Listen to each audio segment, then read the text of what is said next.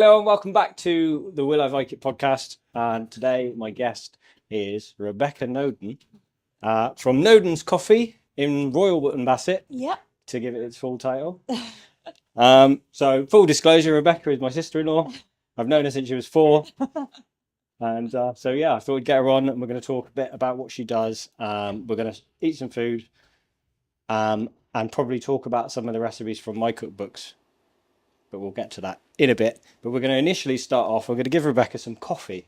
Because as the owner of a coffee shop, The only way to start is I'm going to have with to finish coffee. what's in my cup first.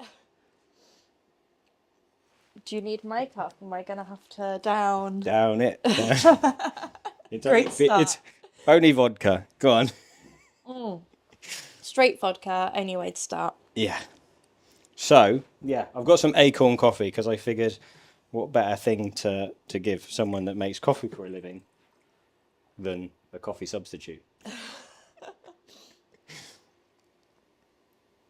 Would you like a different cup? Do you have a different cup? Do I have a different cup?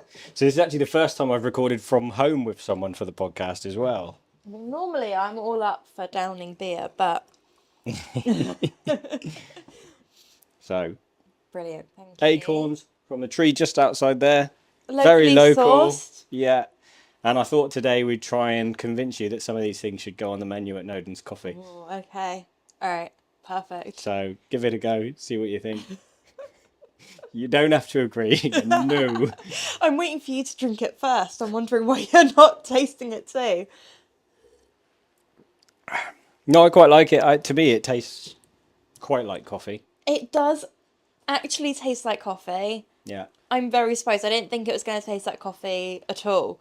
But it really does taste like coffee. There you go. It's like a nutty, slightly weak coffee. I've quoted before, but someone on one of my courses said it tastes like a tree. It does. So think of that as you drink it. Yeah, I can taste. It does taste a little bit how I would imagine bark might taste if left in hot water for a little while. There you go. Try it, folks. It's a good one. But it's actually really nice. I like and it. really refreshing as well. I don't know why, but I thought it would be quite dry. When you think about an acorn, you don't think about it being I'll say, I refreshing. mean, it is a bit of a reenactorism, so it's not really something that we necessarily know they would have done. They were eating acorns. We've got evidence of like charred acorns from fires, but they were probably, I'd imagine, eating them and drinking beer. So yeah, it's just for a bit of fun, but a lot of reenactors do it. It is caffeine free, so if you want a caffeine free coffee for your shop, Awesome. acorn coffee is the way to go. You can, I mean, I don't know any traders in particular, but I know you can buy it online. So you Yeah. wouldn't have to get your own acorns. I can't come and steal your acorns from your tree. No. So, as I said, Rebecca owns a coffee shop. Yeah. Been open since the beginning of December. Yeah, so just over a month now. Yeah. Business is booming, I gather. It's doing good. I thought it'd be very quiet in January. Yeah. But it hasn't been. It's still been good. We've got our regular customers who we love. And yeah, very busy. Yeah. What made you open a coffee shop? It's been one of those dreams that was in the back of my mind for a long time. I've always been super passionate about food and drink, especially about where food comes from, having that connection to your food, connection to the source. But I pushed it to the back of my mind, as I'm sure we've all got that dream that's just in the back of our head. And I pursued my career and I got what I thought was my dream job. Turns out it's not my dream job. It's not at all what I thought it would be like. So I had a real sit down and thought about not just what I want to do as a career, but what I want out of life, what I'm doing in this world. And I thought, you know what, the thing that is when I'm really down and keeps me happy and going is food and trying different food, and having that, just the idea of going out and getting food and cooking it and having that real connection to your food. Yeah. Just brings so much joy, and not just to me, to other people as well. I know feel the same. So I thought I'm going to do something with that. I'm going to do something with that passion. So I wrote all down my ideas in a business plan, Yeah. just as a way to template it. And I thought, well, I got the business plan, I might as well send it off. As someone was crazy enough to give me some money to do it. And here we are. And they did. Yeah. Yeah. But it's hard when you start because you wonder if other people are going to be as passionate about your ideas as you are, and if there's other people out there that are going to want the same thing. Yeah. And there are. We're full on a lot of the days. Lots of people telling other people about it. A lot of people coming in and saying someone's told me about it. So it's really good, and it's really nice to know that there's other people out there that feel the same way about it. Yeah.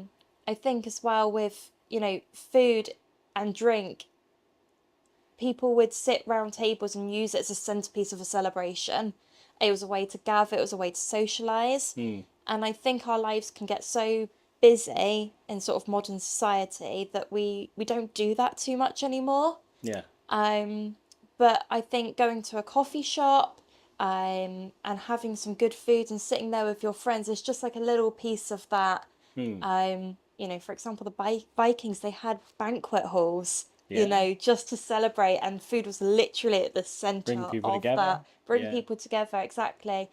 And it's so lovely to see in the coffee shop when people come in with their friends and their family, and you get groups of people that will sit at a table and will be full, and then another group will join them at their table as well, and they're all gathered there together, and the table will be full of different food and drinks and things like that. Yeah.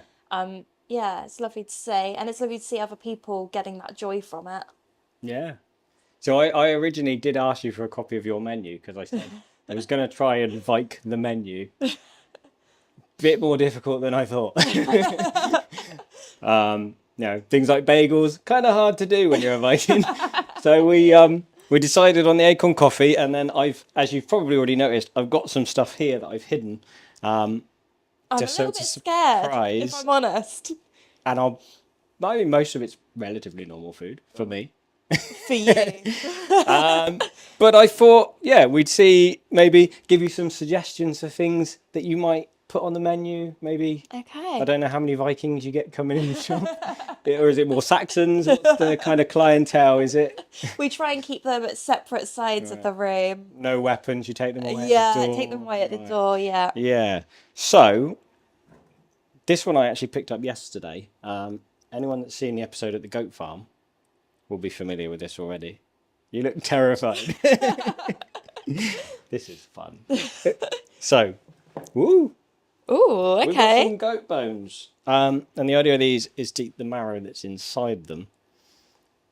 Okay, I thought it was going to be a little bit like ribs, but we're going to eat the inside. I mean, you can eat the meat as well. There's nothing wrong with the meat or anything like that. Let's just move that one over there a minute. So, we've also got some crisp breads, sourdough crisp breads. A loaf Lovely. of bread, which would be quite a high status, really. But I actually thought the bread might be good for spreading the marrow on. Okay. And then we've got some cured salmon. Ooh, Most people would call gravlax. amazing. Are you scared yet? I am. You game? So let's grab a knife. My thought was we'd eat the fish with the crackers and the marrow with the bread. Perfect, okay. And then you can tell me whether you're adding these to your menu or not. No pressure. I think anyone that goes to your shop in future will know the answer. So what kind of bread is this bread? This is a mixture of white flour and rye. Because rye doesn't rise very much, I like to use white flour, Okay. which would be a tad on the expensive side. I mean, this is upper class Viking bread. We're eating like high status Vikings. We are. I mean, if you're going to sell it in a shop, the neighbour's dog is going to bark at us now. Now, I don't know how we're going to get the marrow out of these. Authentic Viking chopsticks. Yes, so funnily enough, I was reading up yesterday about butchery in England by the Saxons. And the bones pre-Saxon are usually intact, and the bones in the Saxon period are normally fractured. It Okay. implies that they were splitting the bones open to eat the marrow. Right. So this is a very authentic thing to do. I did try to use my fork once, but it doesn't come out very well. So feel free to grab a bone and stick some on some bread, or just eat it. I think I picked the worst one. Oh, it's really soft inside. I didn't expect it to be so soft. So these were just roasted in the oven. And these are goat bones. These are goat bones. You can smell it. Smells like a goat. It smells like a goat. I don't know what a goat is meant to smell like. Now, I've only recently discovered this stuff because Laura the goat farmer fed it to me on her episode. But I quite enjoyed it, and I thought actually it would work really well on a bit of bread. I did originally think I'd serve you it like on a plate, sourdough toast. I was like, how are they making toast in the Viking Age? There's loads of toast. So we went for bread instead. So yeah, give it a go. There's a hair on mine. That's teach me for leaving it on the worktop. There you go. Go for it.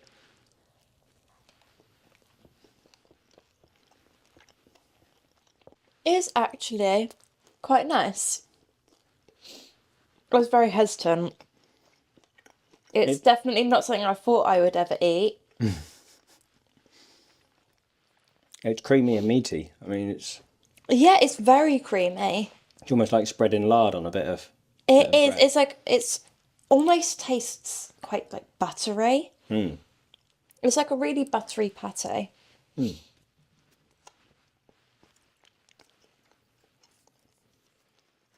But I suppose it makes sense for them to use all of the animal that they had available.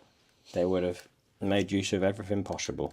So yeah, you crack your Literally everything. bones. There are some of the Norse sagas as well include stories about goats. Thor has his chariot that's pulled by the goats, and he's got the ability to eat the goats, and in the morning put the bones back together, and using his hammer he can revive them so they can pull his chariot again. Oh, lovely for the goats. They don't seem to mind.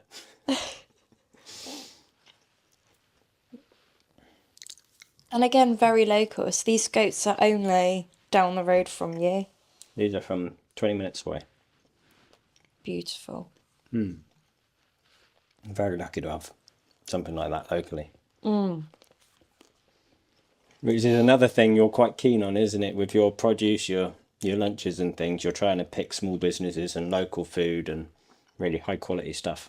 100%, yeah. So we try to support other independent businesses where possible, local where possible. In fact, bread is one of our big things from us.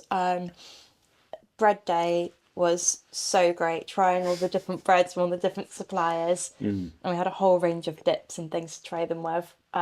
We spent a long time actually choosing the bread.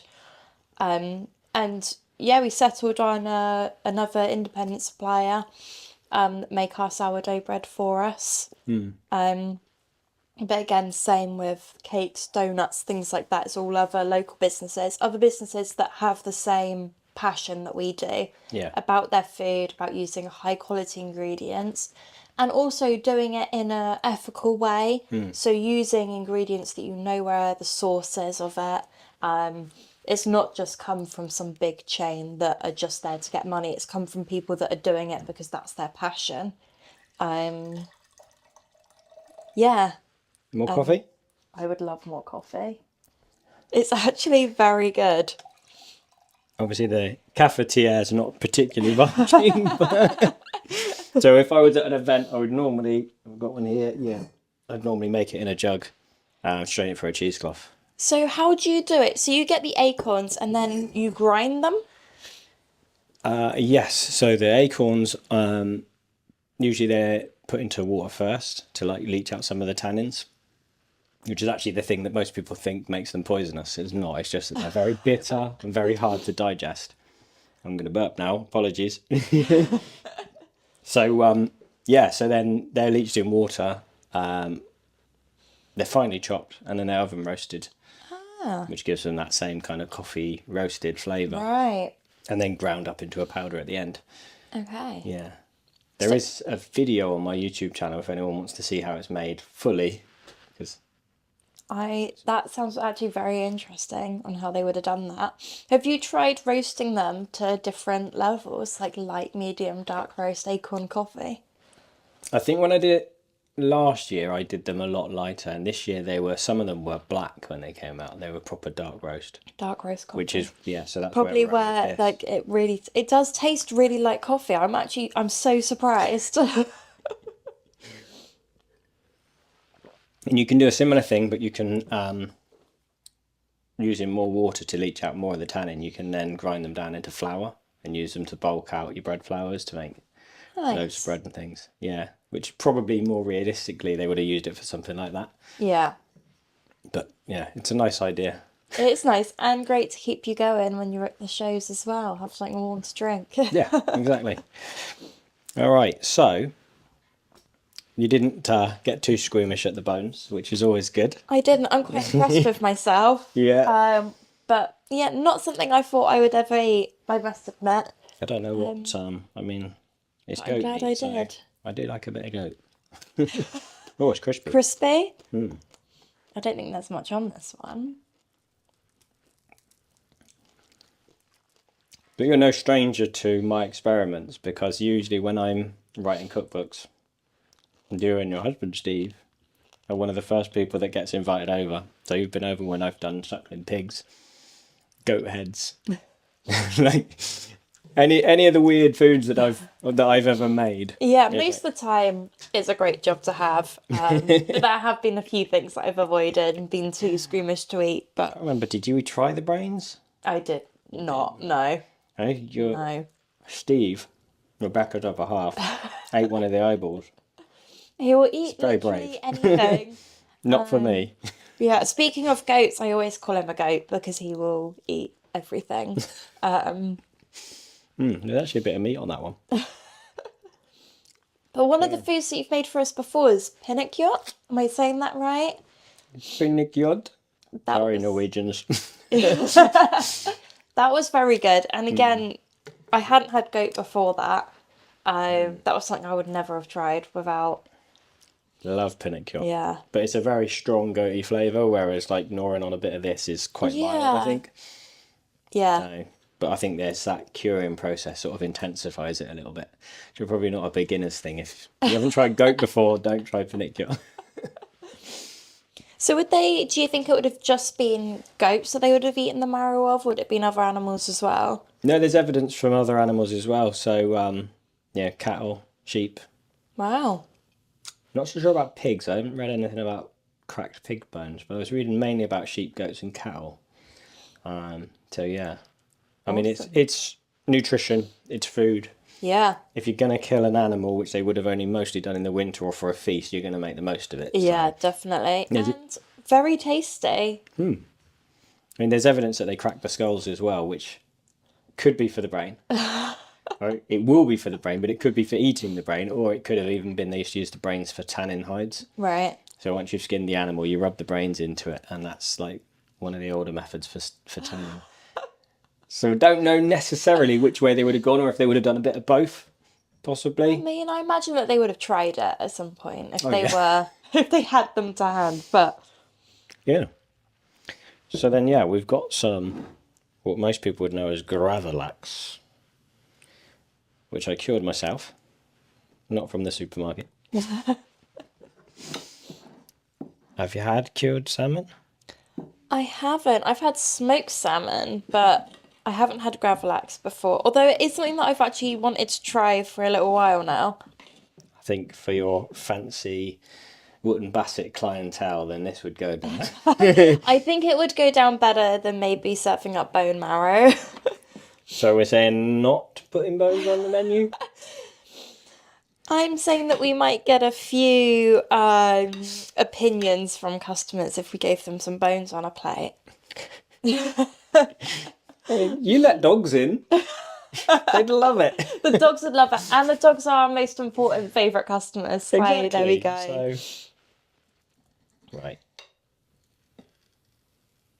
I had to stop Emma from tucking into this earlier. Can I have it? No, maybe later. We're trying it with the crisp bread. That's up to you. I'll can try try a it on its piece own. on its own first. It's juniper berries, dill, salt, and honey. And that would have been herbs that they had available, or? Yeah. I mean, to be honest, so with a modern one, I think they add gin. Oh. I think. I should have checked I've that seen before we vodka started. before. Yeah, so there's usually some kind of alcohol in there. But yeah, because they wouldn't have had like distilled spirits, I took that Yeah. out. Sometimes I had a splash of mead if I've got a bottle of mead Oh, sort of nice. handy. And they would use white sugar these days. Wouldn't have had it back then, so I've swapped it out for honey. So it's sort of an adapted modern recipe that I've Yeah. tried to adapt to make it with Viking available stuff. Yeah. I have a recipe for it, but I haven't made it yet. But that was with vodka. But actually, tasting the juniper berry, I might try it with gin. Because that was very good. It's quite salty. But not too salty. I'm going to try it with a bit of crisp bread. Mainly because I am obsessed with bread. For me, I like it. I like the flavour. I don't like the texture so much. Which is the same reason why I don't like things like mussels.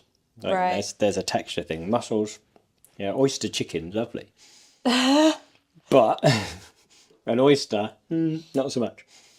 Yeah. I'm normally okay. Oysters I can't do. I tried recently. Not a fan, but I'm going to have to do it on the podcast soon just for laughs. Just I ate kidneys. Don't like kidneys.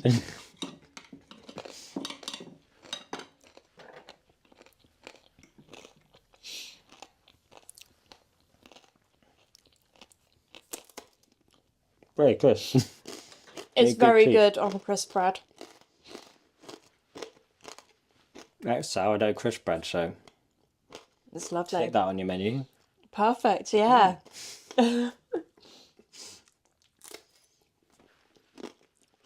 I thought that there would be at least one thing that I didn't like, but actually this is all being really tasty. I'm especially surprised about the bone marrow, and the coffee. I was excited to try the coffee, but I didn't think it would taste that good. Well, there you go.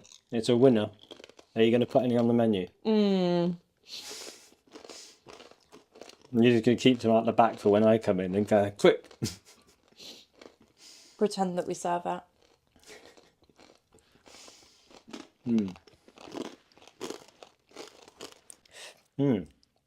So do you think you'll add this acorn coffee?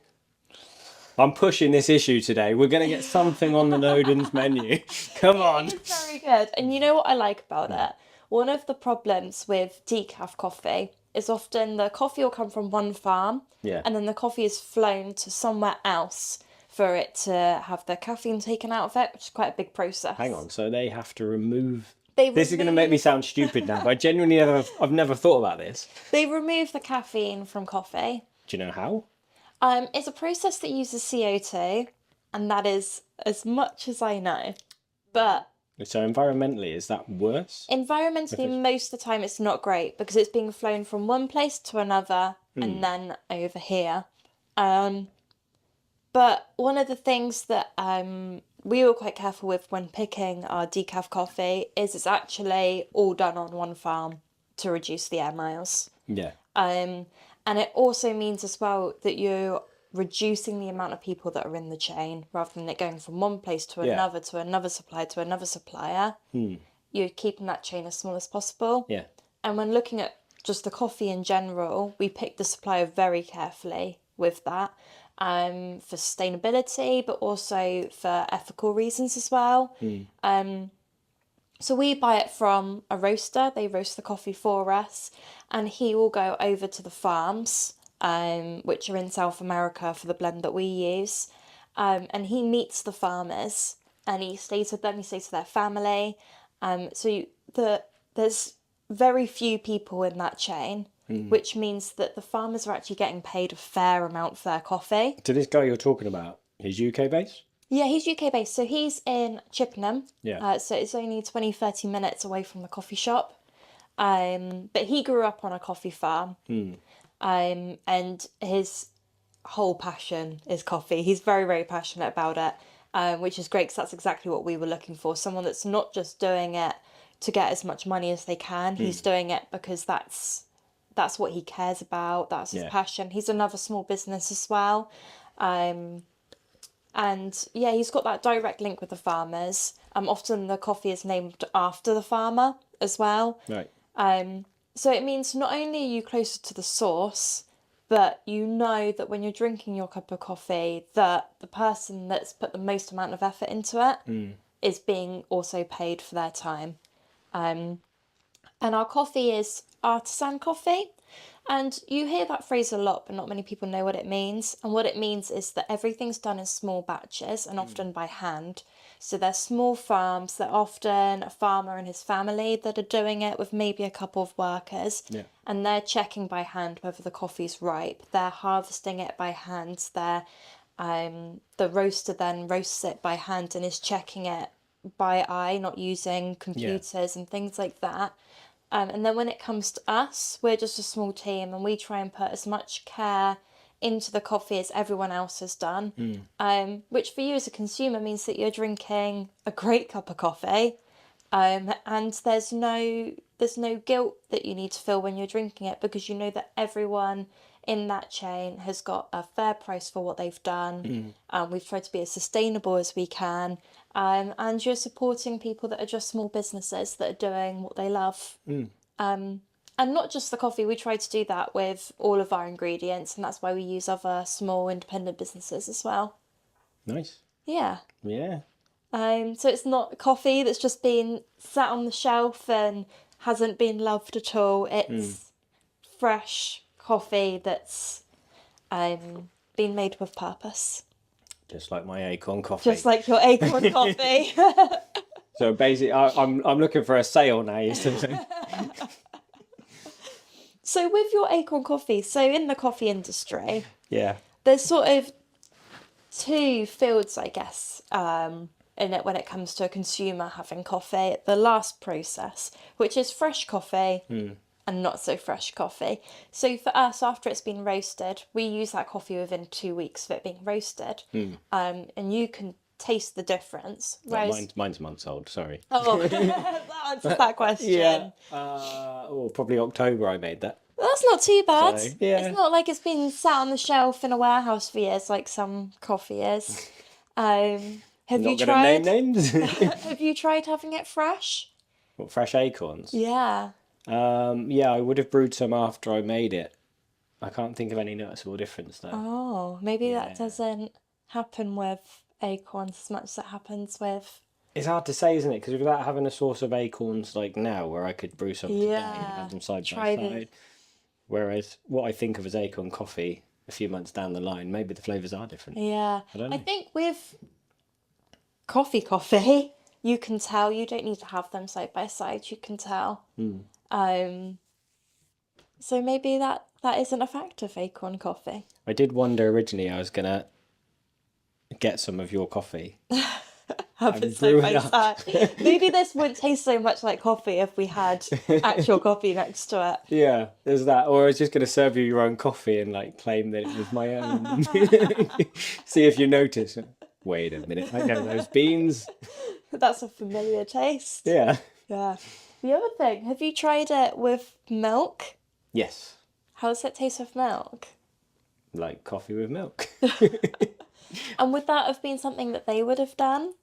Or is that something that there's just no way of knowing? There's no way we would know that because there aren't many recipes for anything anyway.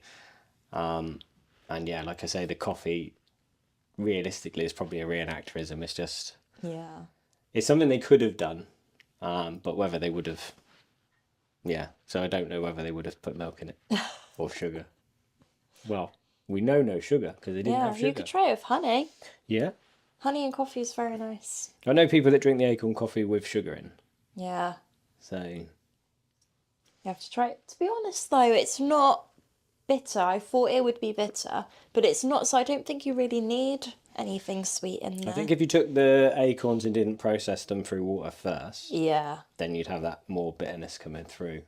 But I guess it's probably more correctly termed, it's probably more of an acorn tea.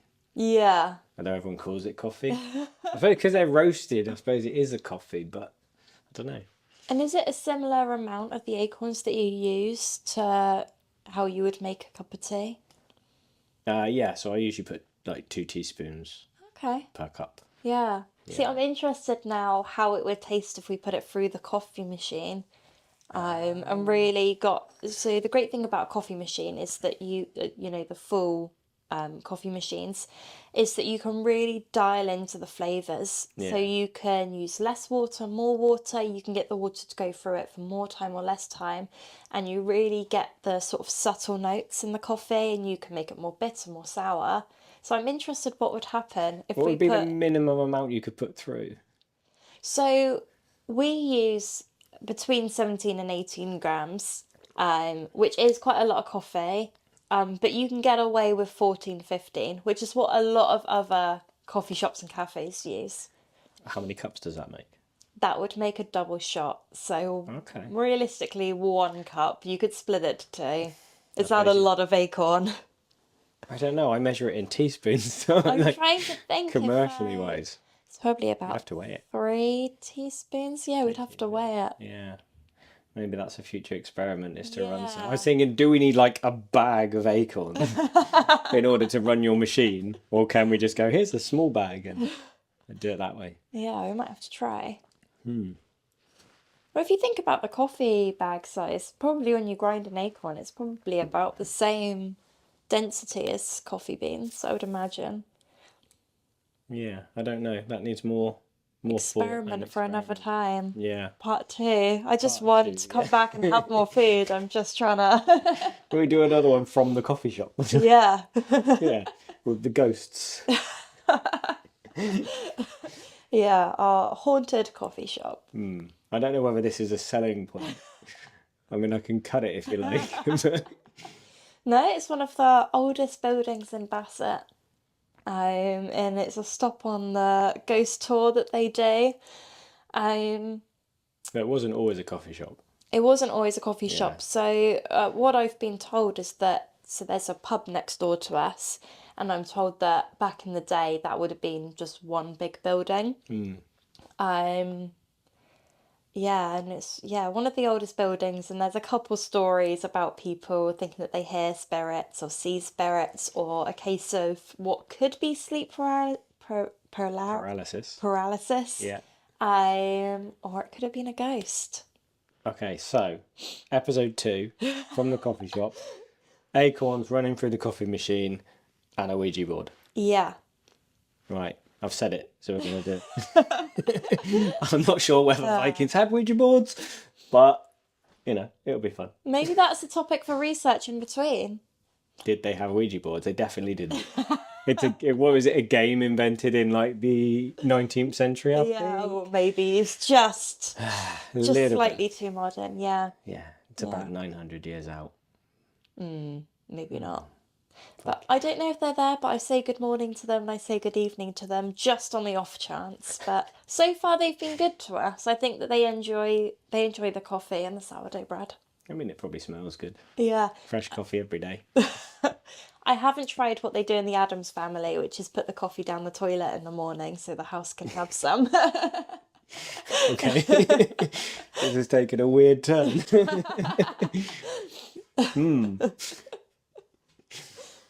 All right, so we should probably move into the final questions that I ask everybody.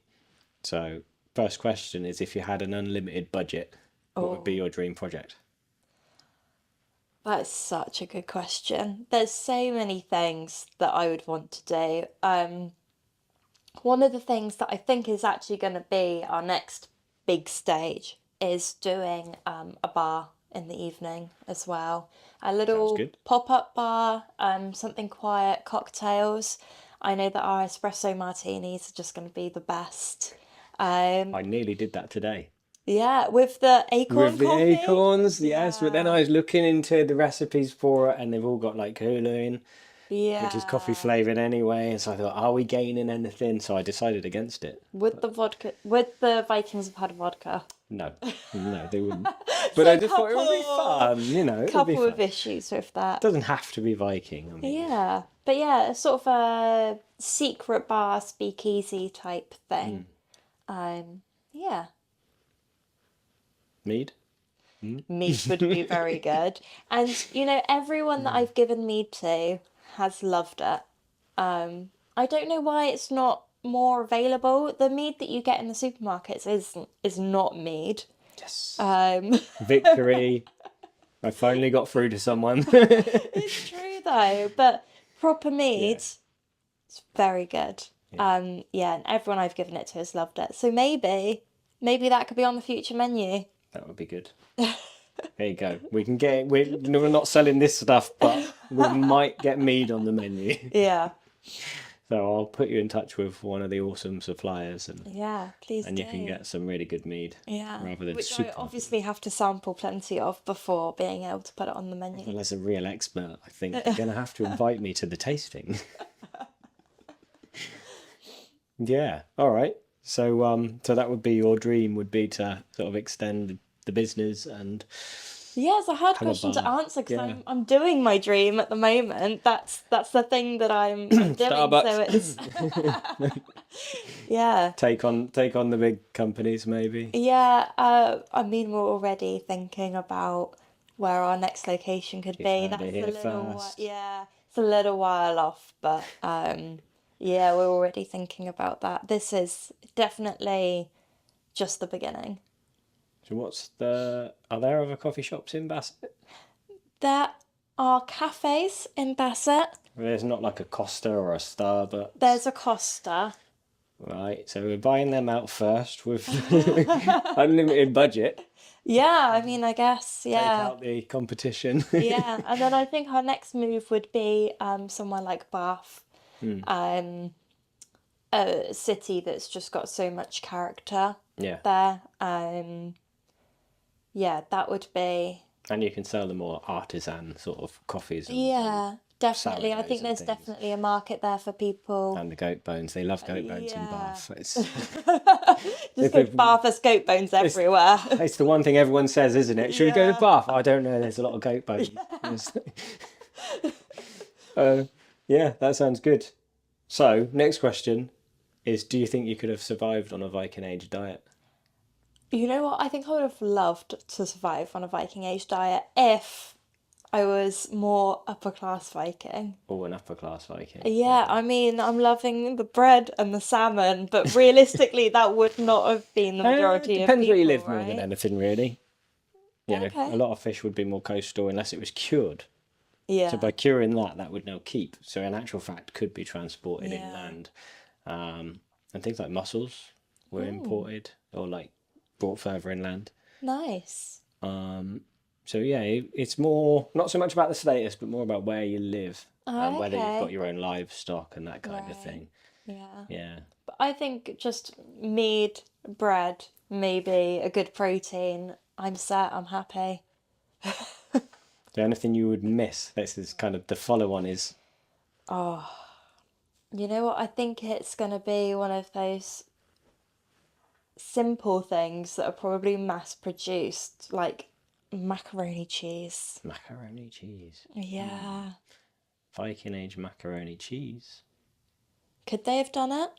I mean, they had flour and water, so they could have made You can make something. pasta. Pasta, Cheesy egg as pasta. well. Yeah. You could make an egg pasta with macaroni. I Perfect. don't know how you'd make the shape, but That's fine. As long as it's Cheesy pasta and pasta. cheese, I'd be happy, yeah. one of the lost episodes we actually did that and we made pasta in the earth house just to see whether we could. Yeah. And obviously we could. I mean, it's eggs and flour in water. Very easy to do. And yeah, whether they would have done it, they made dumplings and things. It's a very similar process. I don't want to Lovely. take anything away from Italy, but maybe the Vikings did it first. You heard it here, the Vikings had pasta first. We haven't done that episode yet. It's not gone out because I lost it. Do you want to go into also pizza conversation of where I had pizza first. Could it have been the Vikings? Well, Oh, controversial. no. So there are, and I can't name off the top of my head, but there are a few places. I don't want to name any of them because I'll probably get it wrong. But some of the recreated longhouses, when they have kids and stuff in, they make pizzas on the fire, which is basically a flatbread with sort Yeah. of toppings on it. And they do call it pizza, and it angers some people. I don't care. I mean, like, as long as you're honest with people that, look, they probably didn't do this, but this is something that could have been done, Yeah. and you're playing with that concept, especially with kids, they're more likely to remember it. Yeah. So I don't have any issue with that sort of thing. Like we're saying, like with other things where I try and take a modern thing and back sort of age Yeah. it to available ingredients. To me, that's fine because we don't have recipes. No one can say they Yeah. definitely didn't do that. And I suppose it's hard as well because our tastes would be very different to how they would have tasted things, right? Again, I mean, that's hard to say. We don't know. Yeah. A lot of the ingredients would be very different. I'm sure that even just, animals were smaller back then and we've bred them for certain sizes and flavours and all the rest of it. So whether that would affect what a goat tasted like or a pig tasted like back then. I think, the Saxons used to make a lot of bacon. Nice. But whether that recipe would have been like what we know as bacon, or whether that's more like, I would imagine it's probably more like lardon sort of style, a more chunky thing. But yeah, we don't know. I'll add that to my Viking macaroni and cheese. Bit of bacon. Right, so the next one is in the coffee shop with a Ouija board, acorn coffee, and macaroni cheese. Yeah, slightly worried what I've signed myself up for here, but okay, I'm in. It'll be fun. And maybe take on as close as we can get to Viking espresso martini. Yes. I'm not sure how we'd do that without spirits, but we've got the ghosts. So. The ghost can guide us. Oh yeah, budum-ch. What is the worst thing you've ever eaten? Such a good question. I think, You've had my food, so none of it's been the worst food I've ever eaten, if that makes you feel any better. it didn't need the brains. I think you should put that quote on the front of one of your cookbooks. Not the worst food I've ever eaten. Wow. The worst food I think I've ever eaten was probably oysters. I had them recently. Last year, I tried them for the first time, and I was in a restaurant, and I thought, I'm gonna try them. I'm gonna try something new, Yeah. and it was so horrible. But because you're in a restaurant, you just have to swallow Is it. it like the down in one? Yeah, See, I'd be like, it was so hard. It was not good. But my husband Steve, who, as we discussed, eats everything, just ate the whole plate. He loved them, so it was okay. But anything that's got that kind of jelly texture, I can't eat jelly. I can't eat trifle. Which is a shame because I mean jelly doesn't have a great flavour, but I feel like I am missing out on a category of food that jelly due deals. to texture, yeah, maybe not. Yeah, I'm trying to think of other jelly things now. Right. Yeah, Next time you're on, some bowl of jelly, some jelly deals. But maybe. you're fine with the salmon, and to me that tastes kind of The jelly-ish. salmon's fine, mussels are fine. There must be a line somewhere between cured salmon and oysters that is the cut-off for And texture. between mussels and oysters. The mussels are kind of horrible too to me. There's something, they just don't look pleasant, do they? They don't, but I suppose they're not as jelly-ish. no, they're not. They are more meaty, but yeah, some maybe between the salmon and the oysters, there's a line somewhere for texture. Fish skin? Fish skin is fine. I suppose it goes a bit crispy when you bake it. But if Yeah. it's not baked much, then you get that jelly. Yeah, I don't often eat it because my dog just stares at me because she knows that's hers. So if I eat a bit of it, she's... Chicken skin? Chicken skin, I put chicken skin in the air fryer and it came up like crackling. You put a bit of salt on it. Now I need an air fryer. Air fryers are great. Authentic Viking air fryer. Yeah, so the next question is, what's the most memorable meal you've ever had? There's so many meals that are really, really memorable. I think the most memorable one, and this is a bit cheesy, Yeah, is when I got married. when you got married. now I'm trying to think what you had for your meal. So What was it? I can't remember what the starter was. It was that memorable, but the main was steak. And you can't go wrong with a good steak. So when we were looking at wedding venues, we ate every place that we went. Having good food Why was wouldn't you? so important and a great just Yeah. excuse to try lots of food. And the place that we settled on did very good food, and we decided on steak as one of the options. And it wasn't the food was amazing, the food was great, but it was also that we got to share it with everyone. So we had, rather than separate tables, which is really nice if you have a big wedding, but our wedding was quite small, so we just had everyone round one long table, as you remember. And it was the conversation of people talking across the table, people talking next to each other. The wine was flowing, there was good food. And mead. And mead, there was There was mead, a there was couple of great bottles of mead. mead. Yeah, just a couple, just a few. And I think that is really what a great meal is about. It's not the actual food itself is obviously very important, but it's also about who you're sharing it with and using it as a centerpiece for celebration as well. Yeah. Awesome. So, last question. Okay. You've died. Oh, Not really. okay. Oh, Just a thought exercise. Okay. You're fine, but you have died. oh, okay. Solemn. Yeah, if you could try and be a little bit sad about me dying. I shouldn't be smiling. So you've died, your family are preparing your grave goods. What food and drink are you taking to dine in Valhalla? I think definitely alcohol. Most important part of that. But which one? I think a nice full-bodied red wine Yeah. to warm my soulless spirit. Would you be soulless after you died? You would be the soul. So I would be the you wouldn't be soul. soulless. There we go. So I do need the red wine to warm my soul. And a good bread, a nice good sourdough bread, wine and bread. What more? What more could you want? Steak. And maybe some steak too. Vodka. I can think of lots of things. Okay, red wine, bread, steak. I mean, I never Sorted. limited it to one item, so you could take the steak if you want. Oh, I mean, if I had to pick one item, I'd pick the wine. Just wine. Just the wine. So no bread. Awesome. Well, thanks for coming on the podcast. Thanks for having me, and thank you for supplying the food. I'm surprised that I liked it all. It was all really great. But yet, still not going on the menu. Well, we've semi-agreed to meet, so Yeah, okay, mead's a compromise. yeah, it's a good compromise. Yeah. Yeah. Now I'm thinking about coffee meads. That needs work. So yeah, thanks for watching, everyone. Bye. Bye. If you enjoyed the show and want to hear more, remember to like and subscribe and give the show a rating.